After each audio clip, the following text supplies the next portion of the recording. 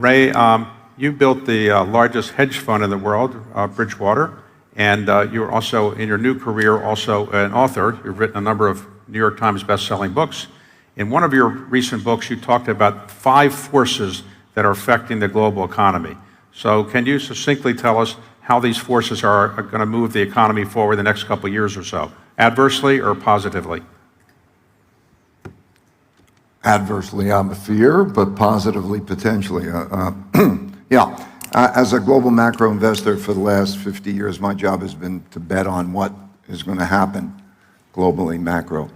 And what I learned in my lifetime is that many of the things that surprised me happened because they didn't happen in my lifetime, but they happened many times in history, particularly the 1930 to 45 period.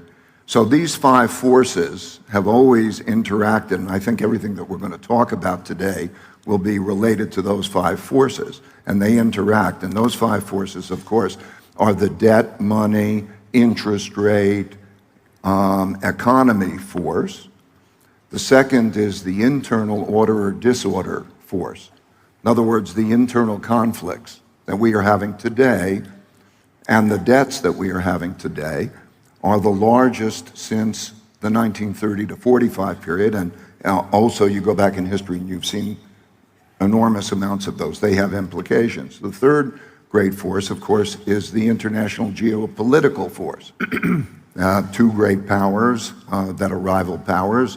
And then, of course, the fact that there isn't a single world order. There isn't a single world power. It's very different than in 1945 when the New World Order was created, because you have a war, a dominant power comes out, or dominant powers, and they set the rules, and everybody goes by the rules. Well, this is a very different world.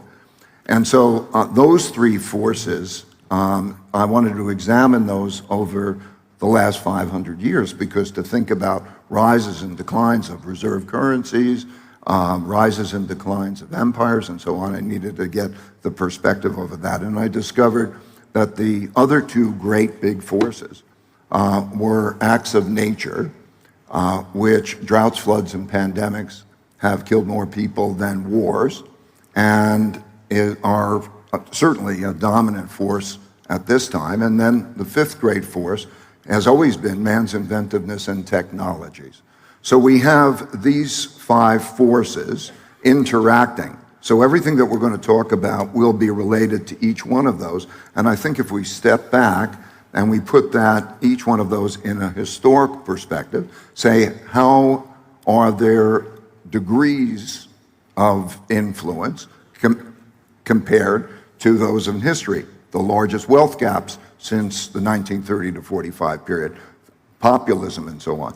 So those are the 5 forces. I think if we're looking at them and their evolution, it's like watching a movie play out over and over again if you have that historical perspective. And as we're looking at it, what we're seeing around the world today as we go into the elections that we're going to see in the United States, which are going to be over irreconcilable differences about wealth and power. And then we look at the geopolitical situation, and then we look at the climate issue. The climate issue is going to cost us, it's estimated, between $5 and $10 trillion a year in a world GDP that produces 100 trillion. So anyway, I think that those 5 big forces, as we look at, if we look at historical perspectives and analogous periods, I think that that'll help us. I think we have to be concerned about that dynamic that's taking place. Put it simply, for next year, are you optimistic about the global economy or pessimistic? Pessimistic. Pessimistic.